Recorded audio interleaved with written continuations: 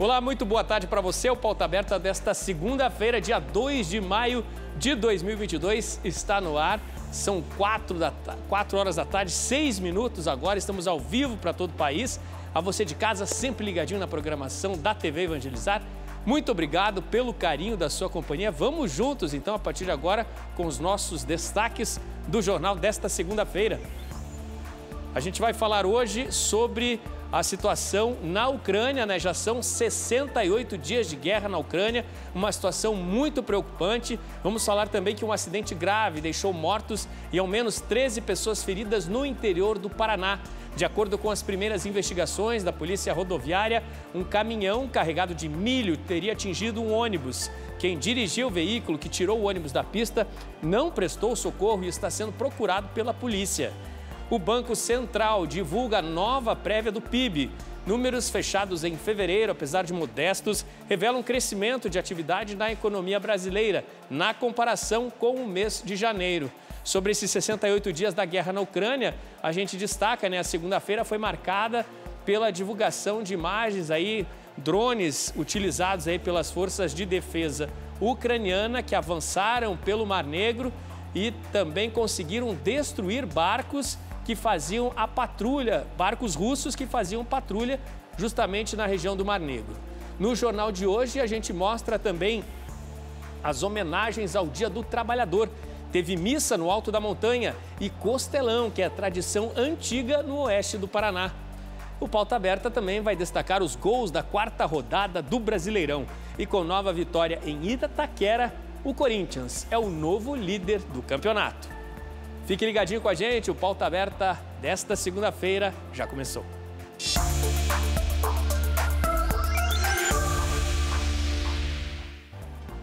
A economia brasileira teve registrado aí nova alta, novo crescimento no mês de fevereiro. Os números foram divulgados hoje pelo Banco Central. Em janeiro, a economia registrou queda, mas em fevereiro os números se mostraram mais otimistas. O crescimento registrado pelo Banco Central foi de 0,34%.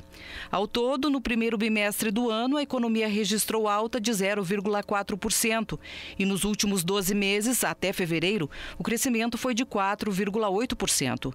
Os números representam melhora na comparação com janeiro, quando o Índice de Atividade Econômica, IBCBR, conhecido como a prévia do PIB, registrou queda. O PIB é a soma de todos os bens e serviços produzidos no país e serve para medir a evolução da economia. O IBCBR, divulgado pelo Banco Central, é diferente do resultado do PIB, que é divulgado pelo Instituto Brasileiro de Geografia e Estatística, o IBGE. Na comparação com fevereiro do ano passado, o Banco Central registrou crescimento de 0,66%. Com a alta em fevereiro, o índice de atividade do BC atingiu 139,30 pontos, o maior patamar desde dezembro de 2021. No acumulado do primeiro bimestre deste ano, ainda segundo o Banco Central, o nível de atividade da economia brasileira registrou expansão de 0,44%, sem ajuste sazonal. De acordo com o Banco Central, o indicador apresentou crescimento de 4,82% em 12 meses até fevereiro. Neste caso, o índice também foi calculado sem ajuste sazonal. Já o indicador do nível de atividade é divulgado em meio à desaceleração da economia e é fruto da alta da inflação e da taxa básica de juros, além da guerra na Ucrânia, que impacta o crescimento mundial. Para este ano, o mercado financeiro estima uma alta de 0,65%, com forte desaceleração em relação ao crescimento de 4,6% do ano passado. Para o Ministério da Economia, o último número divulgado em março deste ano indica um crescimento de 1,5% em 2022.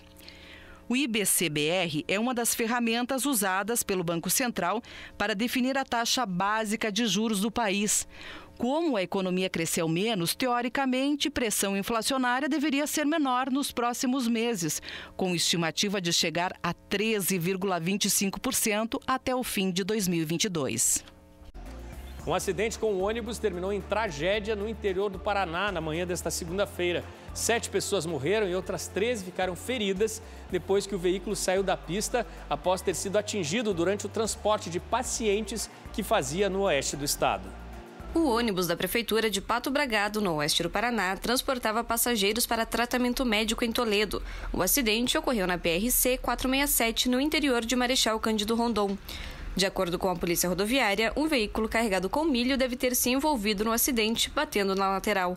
O caminhão deixou o local da batida.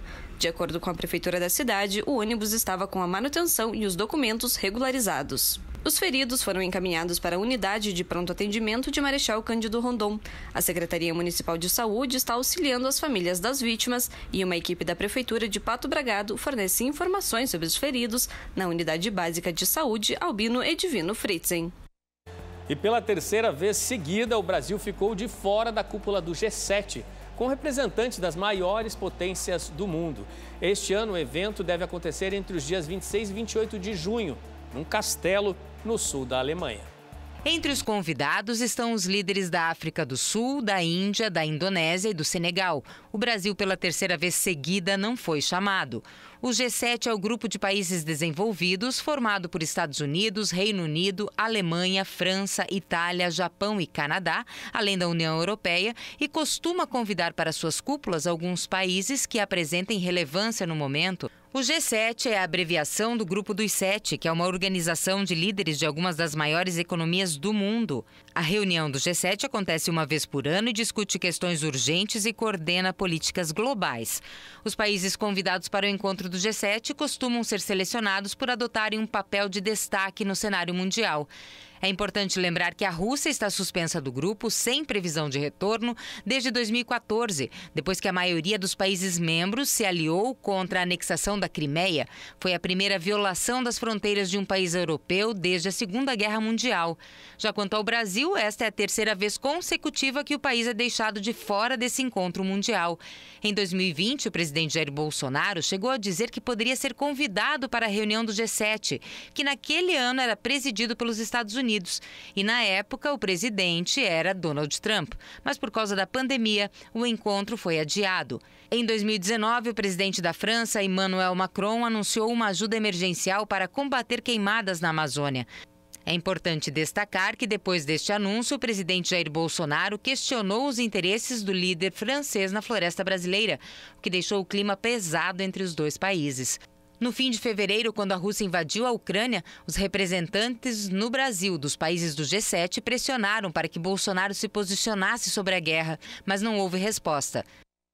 E até agora, o Itamaraty não se pronunciou sobre o país não ter sido convocado para essa reunião do G7, marcada para acontecer no mês de junho. E o domingo 1º de maio foi marcado por várias homenagens aos trabalhadores pelo país. No oeste do Paraná teve o tradicional costelão para a população. E em Quatro Barras, na Grande Curitiba, teve missa para os trabalhadores no alto da montanha. Veja só. Aos poucos, os fiéis foram chegando e se preparando. Subir o morro já é costume por aqui. São mais de 50 anos de tradição. E em mais um ano, a paróquia São Sebastião, localizada em Quatro Barras, no Paraná, vem organizando a missa, que é celebrada lá do alto. E esse ano foi diferente. É a primeira caminhada depois que a prefeitura da cidade liberou eventos ao ar livre, por conta da pandemia. Foram 2 anos longe da natureza. Um passo de cada vez. Todos foram subindo devagar. E em segurança. Quando cansava, parava e recuperava o fôlego. Só não dava para desistir. Finalmente, depois de uma intensa caminhada, 1h30, chegamos ao pico do Morro do Samambaia, em Quatro Barras, no Paraná, para a tradicional missa aqui pelo Ato da Paz. Eu estou com o padre Wellington, que vai falar um pouquinho para a gente dessa missa. Isso mesmo, padre? Queridos irmãos, bom dia. Esta é uma tradição que começou já na Segunda Guerra Mundial. Um pequeno grupo subia este morro para rezar aqui o Rosário pela Paz. E depois outros padres começaram a aderir, então começou a missa pela paz. Por isso, todo 1º de maio, nós lá da paróquia São Sebastião, subimos o Morro do Samambaia para rezar pela paz, rezar pela nossa família. Já no alto, os fiéis foram se acomodando enquanto os demais subiam. A neblina estava forte, mas aos poucos já dava para ver o horizonte. A dona Helena participa pela primeira vez e antes mesmo da missa começar, ela já se sente muito feliz. O contato com a natureza e depois essa esperança que a gente tem de estar mais próximo de Deus, e o sentimento é só emoção, gratidão, principalmente a gratidão, né? Já o senhor Jurandir está participando pela 6ª vez. É agradecer a Deus, né? Fazer um pouquinho de penitência, pá. Deus é tão bom com a gente, tanta coisa a gente faz e não completa o que Ele faz pra gente. Depois que todos subiram, enfim, a missa começou.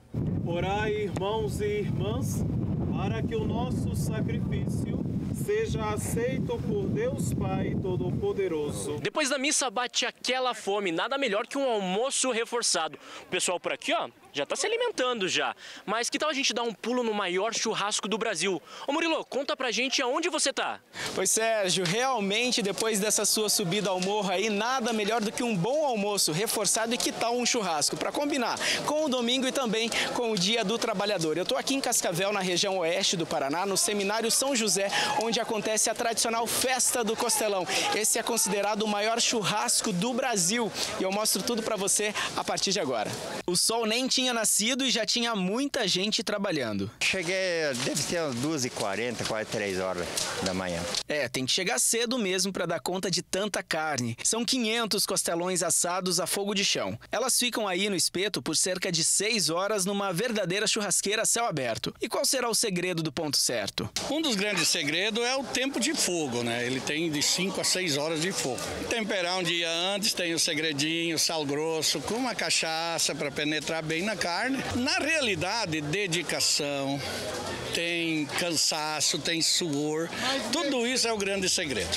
Nem mesmo a chuva esperada para esse domingo atrapalhou a tradicional Festa do Costelão. Realizada sempre no Dia do Trabalhador, no Seminário São José, em Cascavel, na região oeste do Paraná, o evento, que é considerado o maior churrasco do Brasil, está de volta após 2 anos suspenso por conta da pandemia. A renda arrecadada é destinada para a formação dos seminaristas. A gente resolveu escolher o 1º de maio porque é dia de São José e o seminário é dedicado a São José.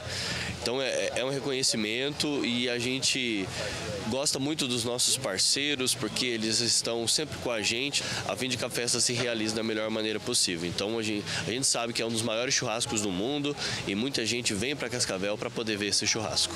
E os números por aqui impressionam. Só para você ter uma ideia, aqui atrás de mim tem 17 toneladas de carne que serão servidas para mais de 25 mil pessoas. Para temperar tudo isso aqui foi usado 750 quilos de sal. Em relação aos voluntários, o número passa de 1.000 desde a primeira reunião que aconteceu lá em dezembro até hoje. E quando o assunto é ajudar, não tem distância que atrapalhe. O Rodrigo, por exemplo, é boliviano. Viajou 1.600 quilômetros de ônibus durante 2 dias para estar aqui colaborando na festa. Estamos totalmente emocionados de participar en el mayor churrasco del mundo. Essa é a 54ª edição da comemoração do Dia do Trabalhador, sendo que o tradicional costelão foi servido em 25 delas. Essa família aqui vem todo ano. A gente já pulou cedo hoje para vir aqui matar a saudade aí de ver essa festa, né? Trouxe a família toda reunida, criançada. A família adora, tá toda reunida aí. Viemos para prestigiar, né? E claro que tem um motivo saboroso para estar aqui. É a carne, né? É a carne. Comer a carne.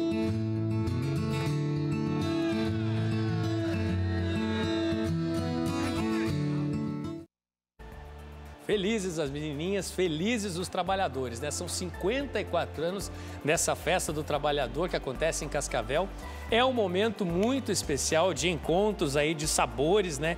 De tudo feito com muito carinho aí, que representa, né? Simboliza muito a força desse Dia do Trabalhador e as homenagens merecidas. Homenagem tão justa quanto a que ocorreu no alto da montanha, na Serra Paranaense.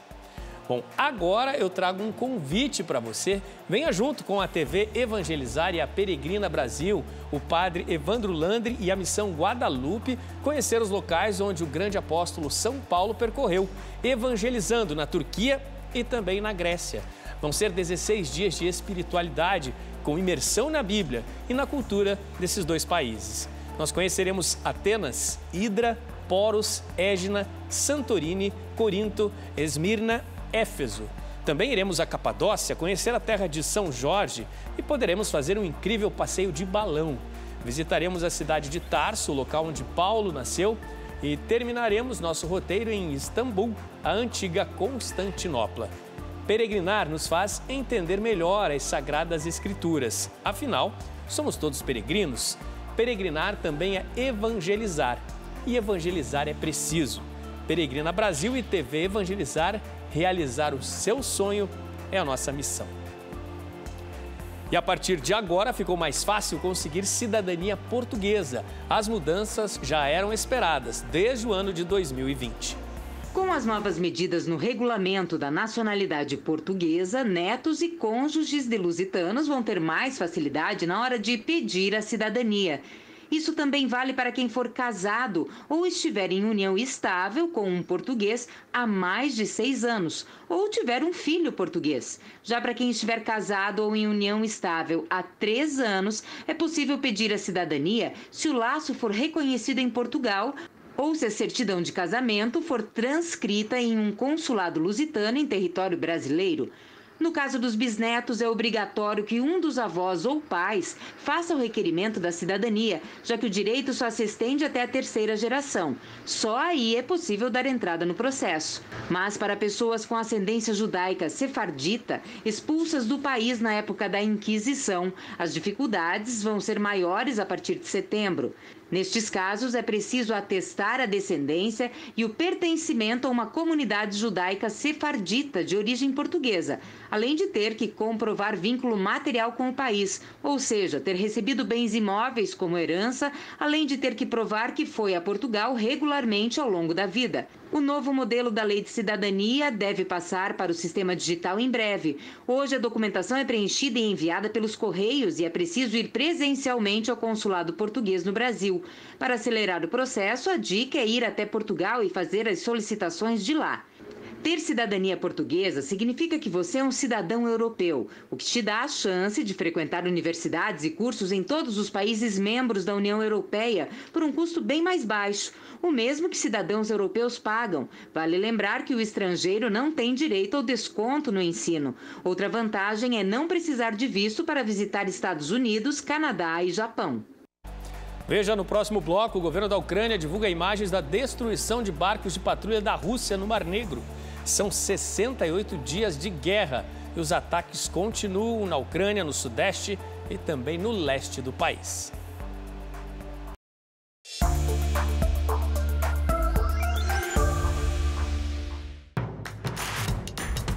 Não perca mais nenhum vídeo da TV Evangelizar. Inscreva-se agora.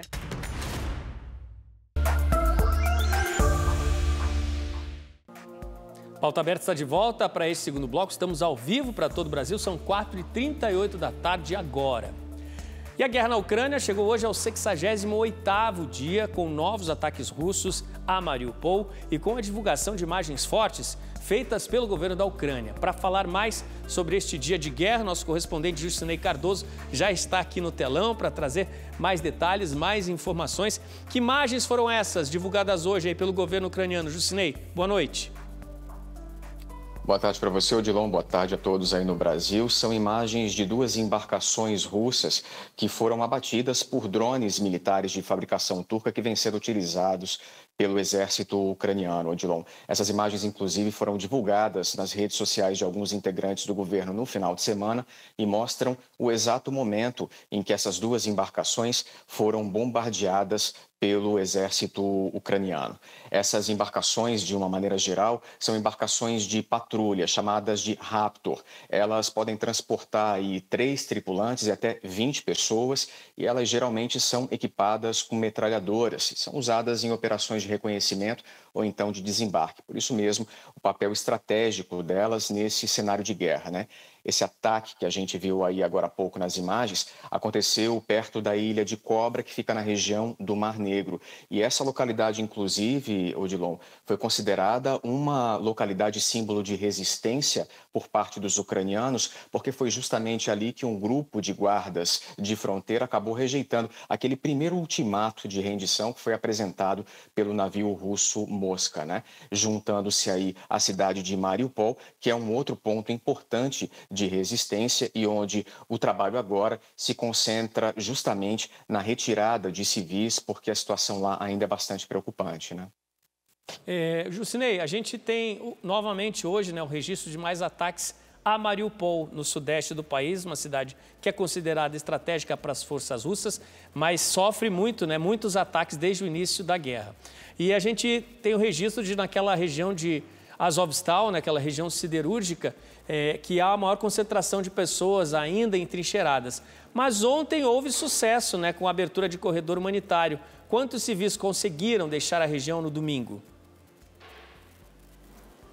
Olha, Odilon, de acordo com o próprio presidente da Ucrânia, Volodymyr Zelensky, cerca de 100 pessoas foram resgatadas dessa região, né? Região que fica na cidade de Mariupol, como você bem colocou. Já o Ministério de Defesa da Rússia contabilizou 46 pessoas que deixaram o complexo de Azovstal no sábado e outros 80 civis que foram resgatados no domingo. Todos eles foram levados para essa autodeclarada República Popular de Donetsk, que fica no leste do país, né? Esse grupo composto, na sua grande maioria, por mulheres, crianças e idosos, receberam aí a ajuda da Organização das Nações Unidas e também da Cruz Vermelha para poder deixar a cidade de Mariupol. Um dos depoimentos que foram ouvidos pela imprensa internacional e que me marcaram muito foi de uma senhora que não teve o nome identificado, mas ela é funcionária dessa usina siderúrgica de Azovstal e ela disse que passou semanas se escondendo, inclusive, nos labirintos onde estão bunkers da era soviética que ainda permanecem lá, né? E que foram utilizados por esses civis como uma forma de refúgio. Ela disse que eles passaram durante muito tempo, quase 2 meses, às escuras e que decidiram não sair para respirar puro e para ver a luz do dia, justamente porque os bombardeios eram intensos. Aliás, esse foi um dos motivos pelos quais ela tentou, mas não conseguiu deixar a cidade de Mariupol. Já no que diz respeito aos militares que continuam concentrados lá, Odilon, a situação é um pouco mais dramática, porque eles são centenas e a questão da evacuação militar é um procedimento separado, ou seja, ele vai ter que ser tratado à parte, né? Como disse o próprio secretário-geral das Nações Unidas, Antônio Guterres, na semana passada em visita à Ucrânia, a situação de Mariupol é uma crise dentro da crise, né? Então, é interessante chamar a atenção do que você trouxe aí, né, com relação à siderúrgica, porque ela é do tempo da União Soviética. E por que ela está sendo tão procurada? O que dizem os especialistas, né? Ela tem uma estrutura de fortíssima resistência e esse é um dos motivos, né, pelo qual aí tantas pessoas procuraram abrigo por tantas semanas nesse local, né, nessa área siderúrgica aí na cidade de Mariupol. Ô, Jucinei, e o domingo foi também marcado por visitas, né, de muita representatividade à Ucrânia. Nancy Pelosi, que é presidente da Câmara de Representantes dos Estados Unidos, esteve em Kiev, conversou com o presidente Volodymyr Zelensky. E a atriz Angelina Jolie também esteve no país, na cidade de Lviv. Ela tem um cargo de representatividade, né, pelas Nações Unidas e a visita dela foi marcada também por um susto, né, Jucinei? Pois sim, Odilon, porque enquanto a atriz estava visitando a localidade de Lviv, começou a soar o alarme antibombas. Então, ela precisou ser retirada daquela região às pressas e foi levada para se abrigar num bunker, né? Mesmo assim, ela conseguiu conhecer uma série de ucranianos, né, que tiveram que deixar as suas casas nos últimos tempos, assim como voluntários que ajudam no trabalho de recepção dessas pessoas e de condução dessas pessoas, porque elas estão bastante perdidas, né? Como a gente sabe, a atriz Angelina Jolie não participa só do processo de fundos junto à Agência da ONU para Refugiados, né? Ela tem um trabalho de muita representatividade, inclusive na linha de frente, né? E não foi diferente na Ucrânia, né? Inclusive, a atriz Angelina Jolie já esteve aqui em Roma também, porque o Hospital Menino Jesus, que é mantido pelo Vaticano, acabou recebendo várias crianças que vieram da Ucrânia com problemas de saúde que precisavam ser tratadas e ela pessoalmente esteve no hospital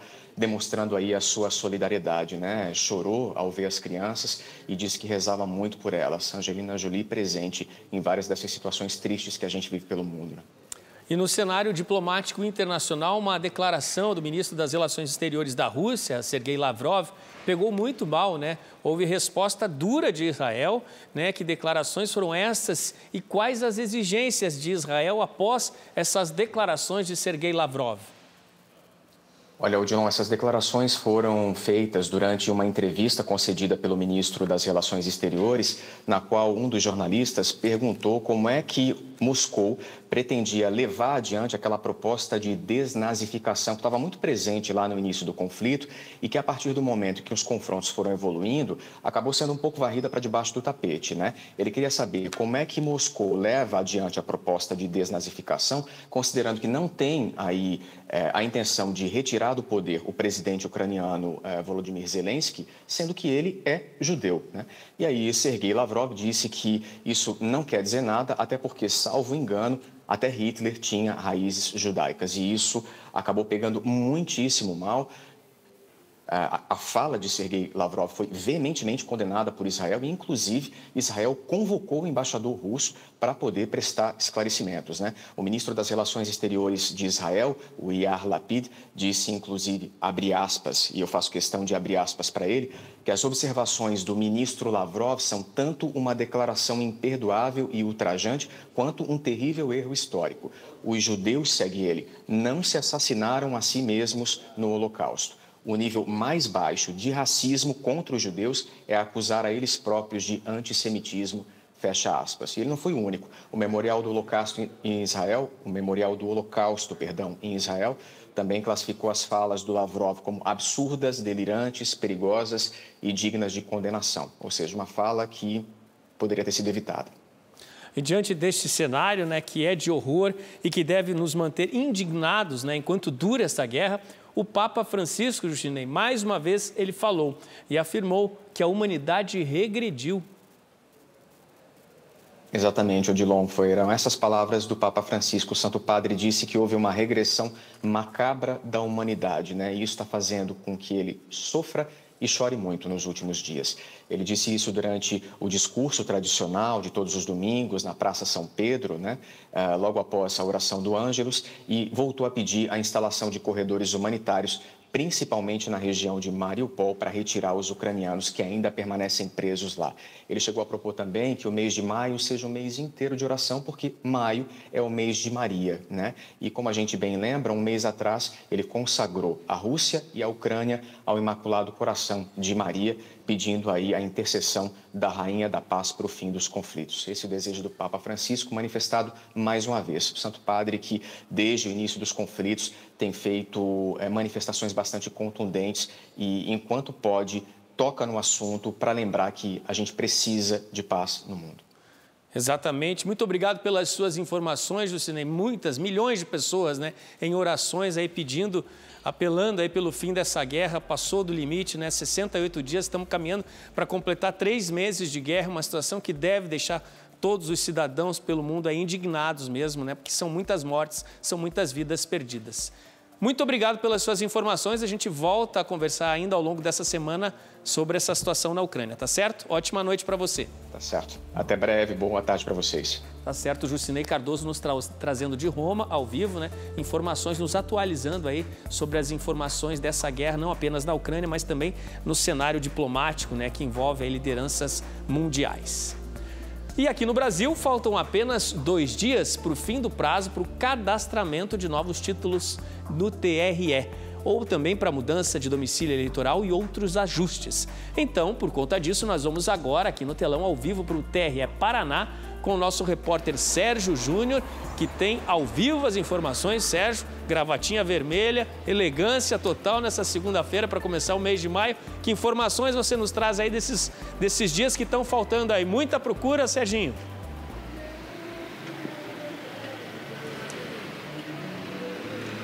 Isso mesmo, Odilon. Muito boa tarde para você, boa tarde a todos que acompanham o Pauta Aberta.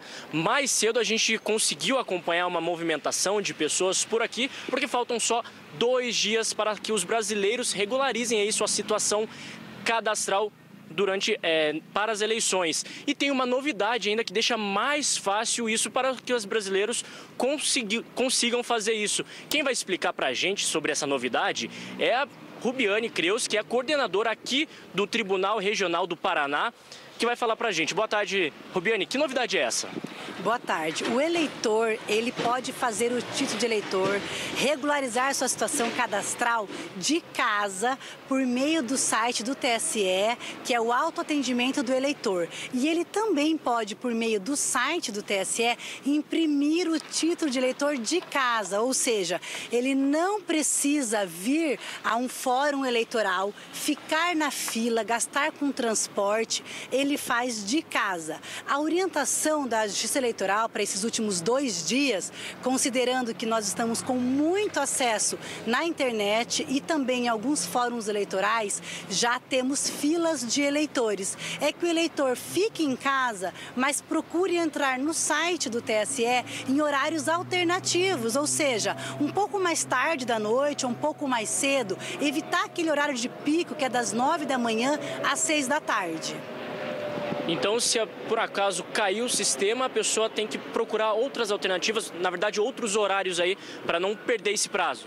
Isso mesmo, a Justiça Eleitoral ela está em campanha já há quase 1 ano, chamando esse eleitor, essa eleitora, para fazer o primeiro título ou regularizar a situação. Mas nós também temos conhecimento que tem muitas pessoas que deixaram para a última hora. Então, neste momento, nós pedimos a essas pessoas que tenham paciência, calma, que até o dia 4 de maio, até às 23h59, no site do TSE, é possível regularizar a situação para que também não entrem em pânico, aquela correria nos fóruns eleitorais. Tenha um pouco de paciência que vai dar certo. Tá bom, então muito obrigado. E tá aí, Odilon, então para as pessoas, elas conseguem fazer isso tudo pela internet, então não perca o prazo. Volto com você. Tá certo, Serginho. Muito obrigado pelas suas informações. Tá aí, Sérgio Júnior nos trazendo aí os detalhes, né, sobre esses últimos dias para o eleitor que ele tem para fazer esse cadastro aí, às vezes mudança de endereço. E ela deixou bem claro, né, até as 23h59 do dia 4 de maio é possível aí garantir a atualização do cadastro ou mesmo fazer o título de eleitor. Vamos falar de futebol agora. Campeonato Brasileiro, depois de uma vitória magrinha contra o Fortaleza, o Corinthians assumiu a liderança do Brasileirão depois de 4 rodadas. Veja os gols do fim de semana. E a vitória dos agora líderes do Brasileirão veio depois deste escanteio cobrado curtinho. Levantamento na área e Matheus Jussa, do Fortaleza, acabou marcando contra. Corinthians 1, Fortaleza 0 em Itaquera. Antes do jogo, que garantiu liderança ao Timão, no sábado em Belo Horizonte, o América recebeu o Atlético Paranaense. Depois de ótima jogada, Índio Ramírez fez o único gol do jogo. América 1, Atlético 0. Também no sábado, teve Ceará e Bragantino na Arena Castelão. Depois de ótima jogada pela esquerda e do cruzamento para o meio da área, Ítalo completou de cara para o gol para estufar a rede do Vozão. E foi só. Bragantino 1, Ceará 0. Goiás e Atlético Mineiro jogaram na Serrinha, em Goiânia. E o Galo saiu na frente. Hulk, de perna esquerda, fez 1-0. Em rápida jogada de contra-ataque, Apodi avançou pelo meio, tocou na direita e ele de novo estava na área para marcar o belo gol de empate para o Goiás. 1-1. Eduardo Vargas, de cabeça, deixou o Galo de novo na frente.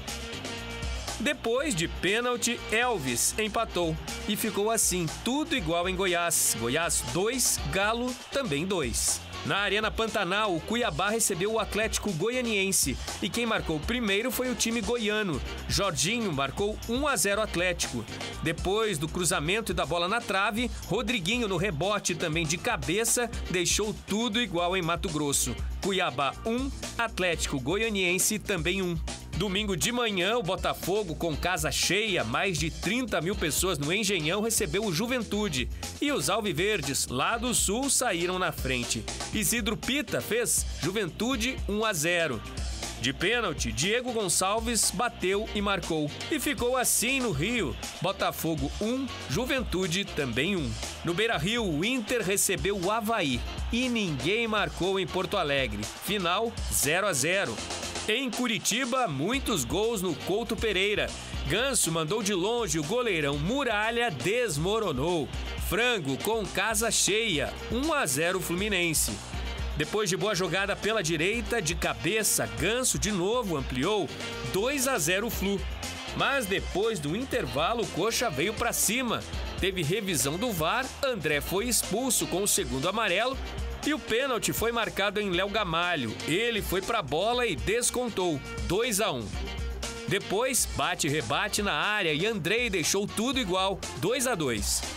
Aí no último lance do jogo, Léo Gamalho, de novo oportunista, garantiu a virada para os donos da casa.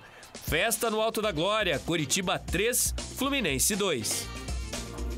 E hoje à noite, às 8 horas, o jogo entre São Paulo e Santos no Morumbi fecha essa quarta rodada. O Santos pode assumir a liderança. Bom, depois das notícias do Brasileirão, a gente se despede. Você de casa, obrigado pela sua companhia.